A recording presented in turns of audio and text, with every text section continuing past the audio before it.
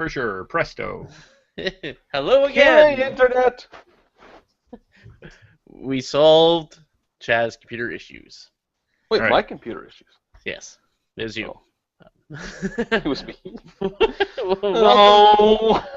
Why is it always me? Because you're a Luddite, Chad. Just deal with it. Welcome to our behind-the-scenes recording of the podcast. We're glad you're watching it. If you want the full, edited, and shorter audio version, visit www.carnivoretheology.com. Welcome to Carnivore Theology, a podcast that answers questions about the Christian faith to help you grow from milk to meat into wise, skilled, world-changing followers of Jesus Christ, with theologian and pastor Chad Graham, author and pastor Al Desjardins, and me, your host, Steve Bastian. Today's question is Harry Potter evil, and should Christians avoid the books and movies, or is it to the contrary? Yes, folks, in our continuing series telling people what's evil and what's not, we've covered are video games evil? Are tattoos evil? Is alcohol evil? Is anger evil? Is porn evil? Are sports evil? Is season's greetings evil? Are gay people evil? Is 50 Shades of Grey evil? Is Facebook evil? Are psychics evil? Is Wyatt Graham evil? And is Halloween evil? And now we move forward to an even more important issue, Harry Potter. Yes, folks, visit www.carnivoretheology.com for all your is it evil or not needs. We will set you straight. Woohoo! Okay, I didn't realize we had that many evil ones. We really do. So, but here we are at Universal Studios. Here we are at Universal Studios Orlando. Here we are at this is hard. Here we are at Universal Studios Orlando, the world of. One more try.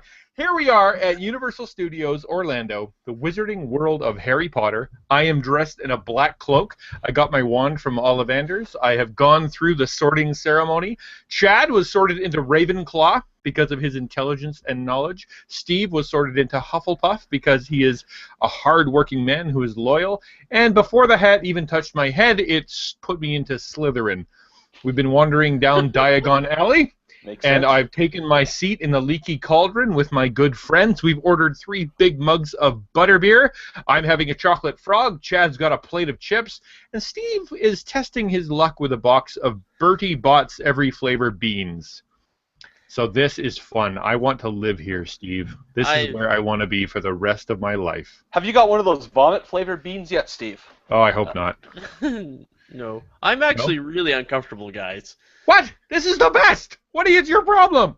Yeah, chips. I'm here at the Leaky Cauldron, a pub for wizards, and I'm here with Chad, a pastor of a church, Al, a pastor of a church, both professing theologians, men of the cloth, and they're dressed up as wizards, holding magic wands, and I don't know if this is appropriate, guys. You know, there's things in the Bible that kind of make me think that we gotta be careful around this. I actually think of Acts 19, verses 19 and 20, and a number of those who practiced magic arts brought their books together and burned them in the sight of all. And they counted up the value of them and found it to be 50,000 pieces of silver. So the word of the Lord continued to increase and prevail mightily. Huh. So are you advocating a book burning of Harry Potter? Is that what you're trying to say? I believe I just did, actually. I'm a little cold here too, so but all right, listen, I'm a huge fan of Harry Potter. You got to be careful here. My family has watched the movies multiple times. Even now we're going through it again. It's kind of a fall Christmas tradition. I love all of it. I can watch these movies over and over and over again, and I get something out of them every single time. You really want to go down the glamorized witchcraft in Harry Potter and my defense of it? Do you really want to go there? Because I'm ready. I could do that right now. Well, Al's always ready to glamorize. I know, he's always ready to find some kind of argument. And... What? I'm ready. I'm ready. Ironically, I remember I was the bad guy last week, okay? Oh, right, when we did the Halloween thing, I was the bad guy, which is really ironic that I'm about to defend Harry Potter because it kind of doesn't seem to line up. How can a guy who is so anti-Halloween be so pro-Harry Potter? But according to certain fundamentalists I've recently read, that would still make you the bad guy. That was actually one of my arguments, Al. I already had lined up. I was going to point out your hypocrisy. So. No, that's okay. I can do that for you because I live there. Al actually points out his own hypocrisy. Yeah, He calls it absolutely. life. He calls it life. I like to call it paradox. I prefer paradox. That's what we like to call it. I have a pair of ducks. They're all right there. We had some ducks. They've actually flown south for the winter. It's kind of turning cold here now. Okay. Okay, so listen here. So I do want to know how you, both Chad and Al, both men of the cloth, can read Harry Potter books, dress up, in Harry Potter cosplay, and be part of the. Okay. I think Al's gone to get his Harry Potter collection off the shelf. But I just want to know how men of the cloth can read Harry Potter, and how would you put that into a Christian walk of life? And Al actually has a wand. I've got my wand. Here it is, right here. I want to show you my wand, okay? This is it. I went and bought this. It's actually a what's called a spironella. It's used for making oatmeal in Scotland. But to me, that's a Harry Potter wand. Well, making oatmeal the Scottish way pretty much is witchcraft. It's magic. It's just magic. Okay, listen. It's thick enough when it stops a bullet. Yeah, you guys know St. Clair Ferguson? Yeah? He's a great Scottish theologian and pastor, and he has a story about growing up, and his mother would always make him oatmeal. And she would always make oatmeal with salt in it, and it wasn't very good. And he kind of didn't like it. And he found out that the English put all kinds of sugar and cinnamon and other things in their oatmeal. So he said he asked his mother one day, "Mummy, why can't we have sugar in our oatmeal?" And his mother said to him, "Because that's the way the English eat it." The English put sugar in everything, including toothpaste. Okay, now listen. Chad, do you mind if I go on a bit of a rant right now and a Harry Potter trajectory? Would that be okay if we started with just me doing that? Would that be all right with you? Let me sit back and enjoy your rant, Al. You just sit back and relax. Okay, here we go. Ready? Okay. Now, I agree. Steve, people like you are not alone. Harry Potter is a tough one for a lot of Christians to deal with. Some believers I know love it. Like Chad and me, and other people wouldn't watch it if you paid them to. Christianity Today. A lot of words in my mouth, doesn't he? Christianity Today, Focus on the Family, Plugged In magazine. They love the movies. They recommend them. However, at the same time, this series is on a list of banned books in a lot of different places. Was condemned by the Pope himself, and has been the subject of 6 different book burnings in the U.S. Jack Chick of the infamous Chick tracts that we all know and love. He compared Harry Potter to rat poison mixed with orange soda. So, Orange soda's yummy. Yeah, well, Christians have this knee-jerk reaction, and we rightly do, this knee-jerk reaction to witchcraft and anything that smells of paganism or Wicca. Hold on just one sec, Al. Yeah, I guess what we're saying is we need to compare Steve to Jack Chick and the Pope now? Essentially, what he is, go on. Jack Chick and the Pope mixed together. Yes. I want a pointy hat. Redneck Southerners burning books they don't understand. Okay. All right. Now, we should have that knee-jerk reaction to paganism or Wicca. The Bible clearly condemns the use of magic, mediums, necromancers, sorcerers, and the like. The Law of Moses condemns it. The prophets condemn it. The writers in the New Testament condemn it. It even goes so far as to say that anyone who uses sorcery, which is exactly what they're talking about in Harry Potter, they use the word sorcerer or magic, cannot and will not inherit the kingdom of God and are condemned to hell. I mean, it's a really serious thing, so we got to make sure we know. So the question is Harry Potter promoting that kind of anti-biblical sorcery?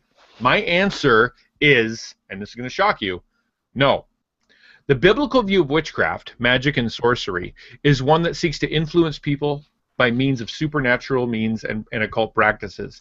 We're talking curses and spells, trying to affect people, compel God, or compel a demon, or compel a spirit to do things for them, to literally bend people's minds to their will. In fact, anytime any of those things are talked about in Harry Potter, they're called the dark arts, or unforgivable curses. The magic in Harry Potter is very different than from what the Bible calls sorcery. In fact, they mostly use it for moving things around and changing one thing into something else, like a bird into a water goblet, or copying something, or making light, or making birds fly out the end of it. If you think of it this way, like any other book, the spells and the potions are used to provide plot devices to make the story interesting. Like Sherlock Holmes' violin, Dr. Jekyll's potion, the One Ring in Lord of the Rings, the portrait and picture of Dorian Gray, the thread in The Princess and the Goblin. That's what it is. It's a plot device. It's super ironic that the same people who condemn Harry Potter have no problem with Chronicles of Narnia, Lord of the Rings, Macbeth, Cinderella, or three-quarters of the nursery stories that we tell them in the English language, and they all have bad and good wizards in them.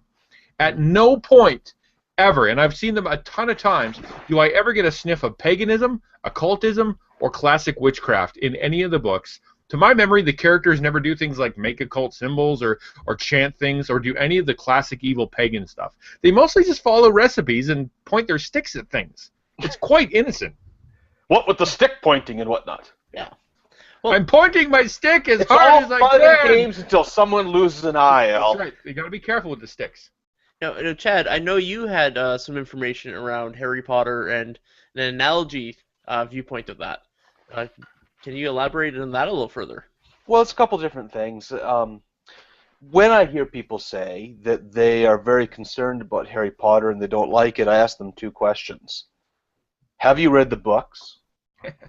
And two, have you understood what you read? The second question is actually extremely important because Harry Potter is actually extremely high-level literature.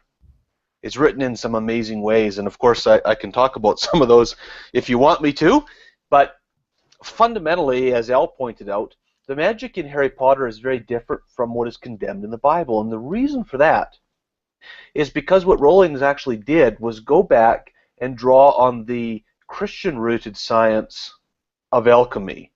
Now, some people hear the word alchemy and they freak out and they say, what is that? That's that jibbity gook from the Middle Ages. I hear a lot of people comparing alchemy to jibbity-gook. In fact, that's generally on the internet. Those words almost actually, when I type alchemy into my phone, it auto-corrects to jibbity-gook. And actually, that is quite true because the idea of alchemy, right? People think is to change like lead into gold, and it was just some sort of a silly thing. But actually, modern scholars of science are finding that, in fact, most of what we know about alchemy simply is not true.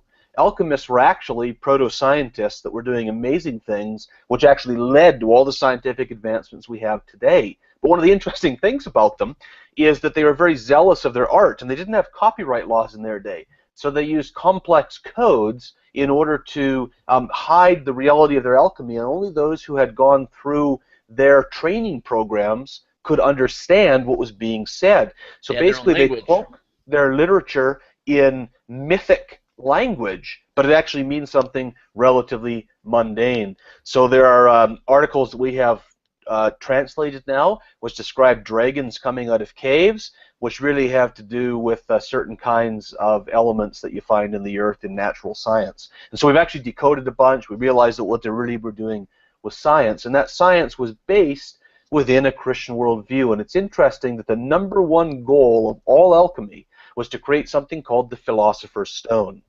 And the title of the first book of the Harry Potter series is Harry Potter and the Philosopher's Stone. Of course, because the publishers realized that all Americans apparently have less than a grade 4 education, they changed the U.S. version to Harry Potter and the Sorcerer's Stone, thus confusing fundamentalists everywhere. But the real title is quite important because it's pointing to the reality and the framework of Harry Potter. So Harry Potter is written in the framework of alchemy, and as Al pointed out, it's about changing one thing to another, like a frog to a teapot. And these things are part of alchemy. Now, of course, we know that much of it, what alchemy was chasing, never did pan out. Through experiment, they found it couldn't be done. Some certainly did, but it was about that process. And so the Harry Potter books are not rooted in the kind of magic sorcery that we find in the Bible, but rather in the kind of Christian alchemy magic that we find in the Middle Ages. And what's really cool about that is all the analogies you see in Harry Potter between Muggle science and the world of magic. And all the time you see, for example, Mr. Weasley is really excited about automobiles and trains and all the things and the way that Muggles travel because it emulates what the magic has been trying to achieve. And what it's really trying to show is that science is magical in the sense in which magic is meant in Harry Potter. Mm-hmm. That's amazing. Yeah. I had a question. I lost it now. Oh, I was going to go back to you, Al. So how does one discern the differences between kind of the magical, the sorcery, kind of the negative stuff the Bible's talking about, and then something like this where it's just alchemy, it's looking at a change? Well, I think as Chad That's said, an you got to. important question to me. Now, I think as Chad said, one of the most important things that we have to do is think through this stuff. Do you understand what you're looking at? I think we have to be careful of listening to our consciences, and we also have to be careful that we know the scriptures and we know what the scriptures are talking about. At the same time, we have to, as we're reading, read with our brains on. Don't just read whatever we. Make sure that we read with intelligence, with accuracy, with trying to seek what the subtext is. Make sure we're trying to figure out what is going on with these characters. There's a lot of good things. In fact, there's a lot of good things in Harry Potter that I would argue are very positive elements.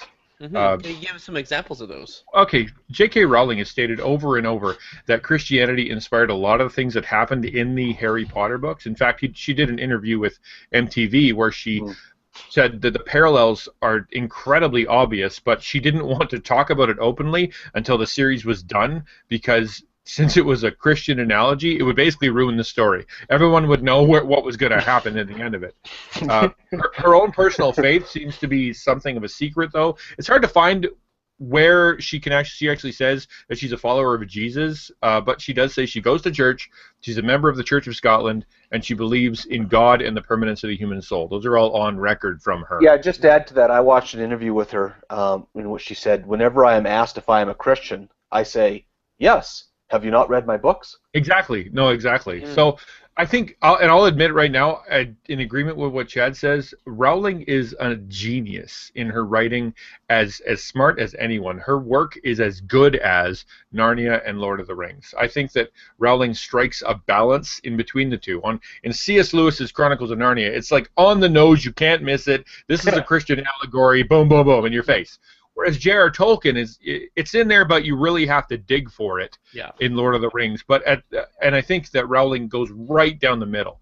She quotes scripture, she uses a ton of biblical allusions, but she doesn't beat the reader over the head with it. And when asked, she even said that if she had to summarize the whole series, she would say it's about one thing. It's about resurrection. In the first book, which we just talked about, Philosopher's Stone, that Philosopher's Stone is all about bringing people to life or extending life. And the temptation for Harry is that he would use the Philosopher's Stone to resurrect his parents. Keep in mind, Harry Potter is the boy who lived. He was saved by and marked by both love and a curse. He gives his life for his friends. He comes back to life. He conquers evil once and for all. And in the end, he gathers all three Deathly Hallows. He becomes the master of death, and then chooses not to do it because he knows in his humility, he puts down that power. I think part of the reason, and that's part of the problem, is that the illustration and the allusions and the allegory that Rowling painted is incomplete. It doesn't tie up the Christ analogy with a nice little bow. God isn't mentioned at all, and although keep in mind he's not mentioned in the book of Esther either. So Harry Potter is an imperfect allusion. There's lots of room for interpretation. So as Chad said, these they get confusing. So to me, that's a strength. It is a strength that when we read this, we put our brains on, we try to read it properly, we read it knowing Scripture, we read it with a biblical worldview. There's a lot we can gather out of it. But others, they see room for impressionable people to get the wrong message and stumble into bad things. I think it's important for us to read with our brains on. Yes. Yeah. And I think just building off of that, one of the things that makes Harry Potter so compelling and a little bit difficult is the level of literary work. We certainly would compare these books to things like the Chronicles of Narnia and like the Tolkien works. Literarily, they're clearly superior to Lewis. Not saying Lewis wasn't a good storyteller, but literary themes are a different level altogether. They're at least comparable to Tolkien and perhaps even stretch beyond him. What? So you do see. Hold on now. Let's slow down. I'm not. Did you put Rowling over Tolkien? Keep in mind, I'm speaking literarily. So we need another episode to cover that one. My field of study and my relative expertise has been in what's called biblical theology, which is in fact the study of themes as they develop through Scripture. And so this is something that I'm somewhat able to speak on. And as you read through the books and you see the development of themes in Rowling, I think they're extremely powerful and actually world-shaping. Mm-hmm. And there are, just to talk about 3 themes really briefly to share what I mean by that.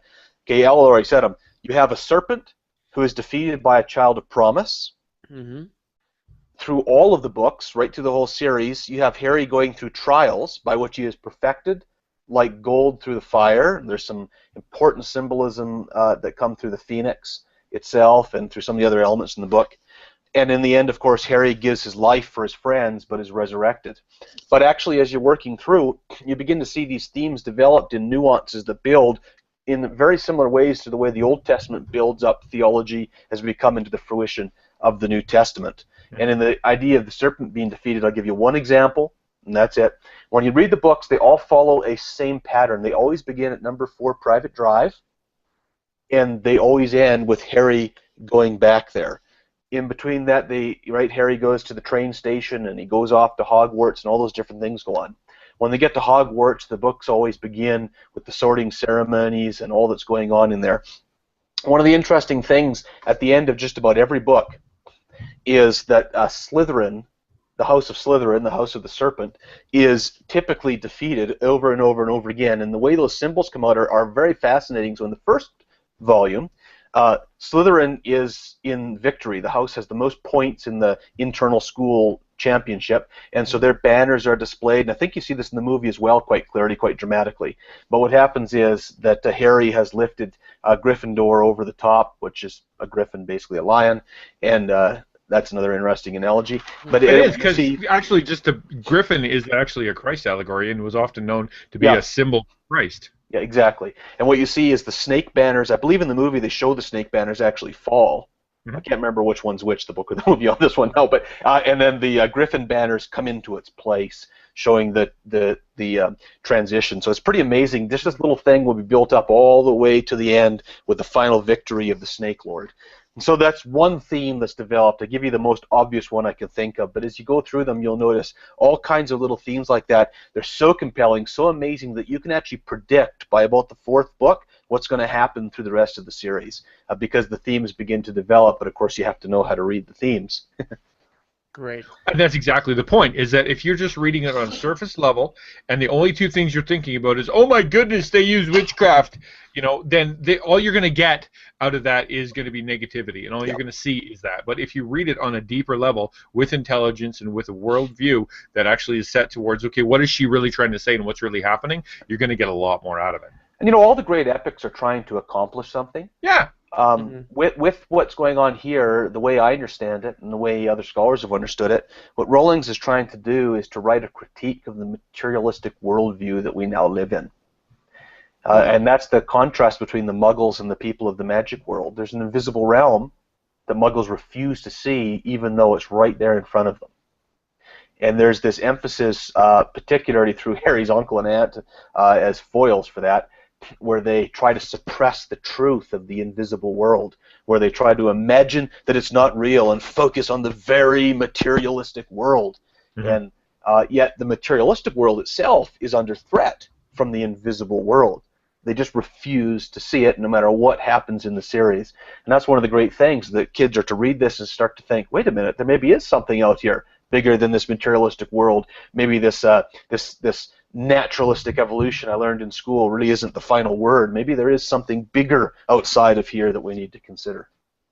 So you guys are both supporting the book, and I definitely understand where you're coming from. Now, the question I have is regarding to our children. How would we prepare children to read these books? How would we support them in that process if, as a parent, we chose to do that? And how would we defend them with the qualities they need and the range of information they need to be able to read these and be able to get those larger themes you're talking about? The Bible gives us a really good matrix for being able to ask questions about things. Wait, is this an Ella-matrix? Well, it's sort of a we have God the music for Ella-matrixes? No. It's more of a God matrix. The Ella-matrix. No. It's actually I thought about it, and you know what? I'm not going to do this. God made a better one. So when we think about this, or when God tells us how we should think about these kind of things. We ask the question, whatever is true, whatever is noble, whatever is right, whatever is admirable, whatever is praiseworthy, so the question is, when we look into this book, what is true? What is good? What is right? What is noble? What is praiseworthy? What are we seeing in here? In what ways do we see Christ? In what ways do we see sacrifice? In what ways do we see friendship, devotion, good conquering evil? This is a strong story with excellent imaginative writing. There's a lot of really good stuff in there. So is it for everyone? And so I would say this. I'm a super fan. I'm going to let Chad answer the other side. But for me, I would say yes. Everyone should read this. Maybe there's some people out there who can't handle it, and I would say that for young children, there's some scary elements, but there's nothing there that's going to impact them negatively. And if we as a parent are able to open their minds and say, okay, let's talk about this. What do you think it's like to have an invisible realm?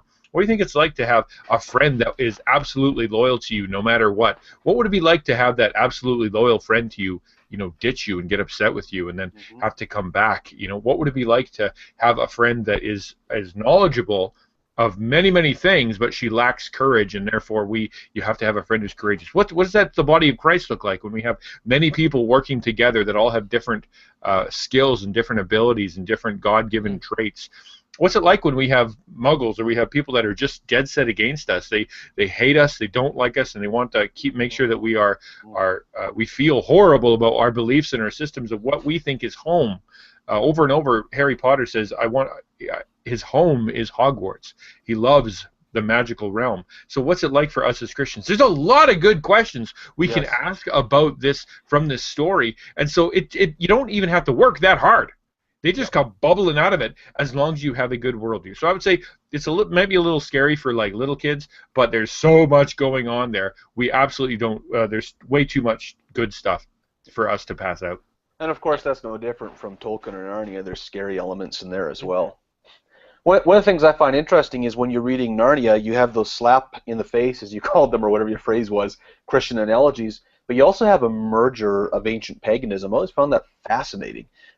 Lewis just simply integrated pagan Greco-Roman ideas, the naiads and the dyads and all of that, slapped them right in. He's got pagan gods in there, and he just sort of merged them in. And that's a little bit of Lewis. Lewis has, in I think it's Mere Christianity, where he talks about the...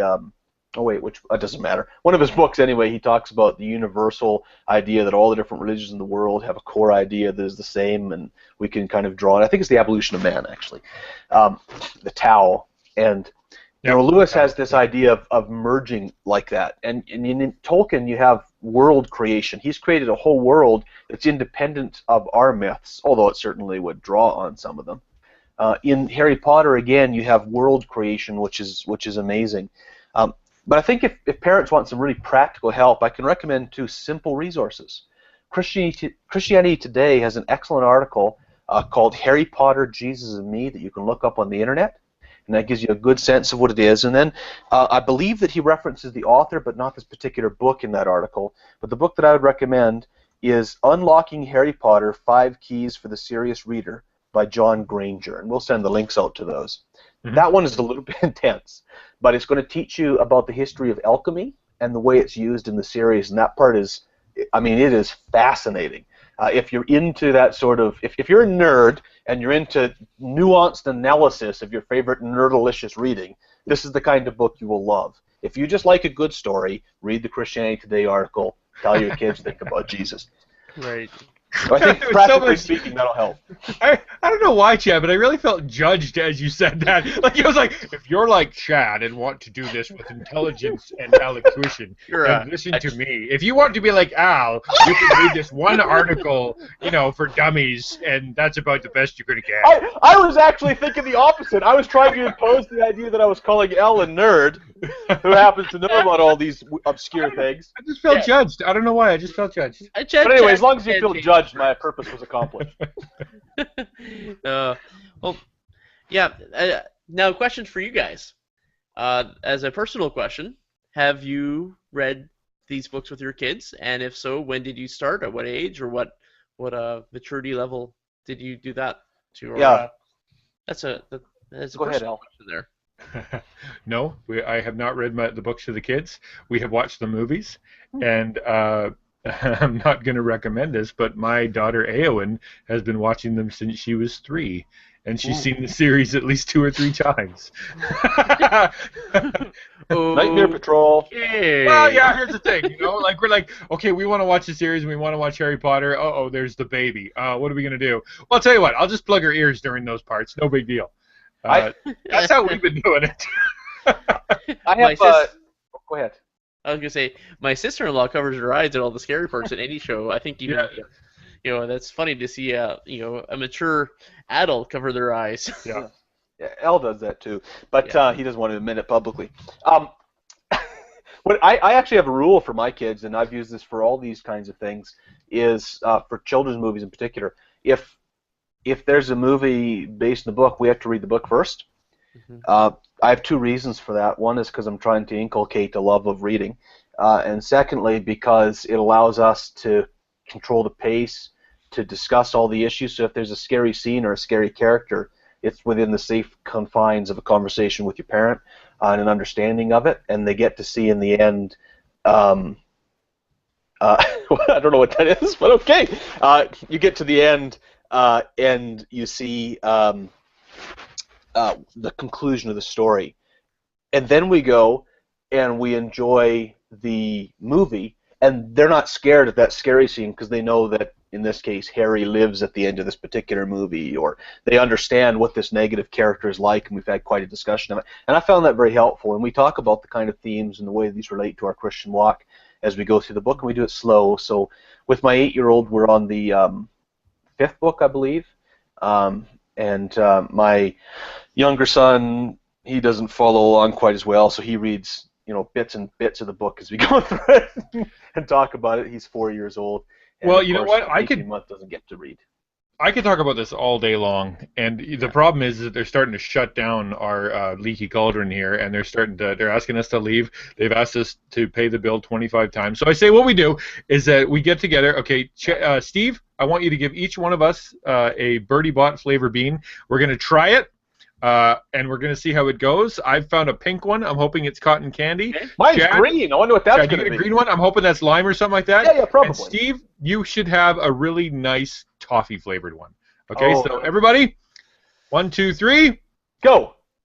Oh, that tastes like boogers. I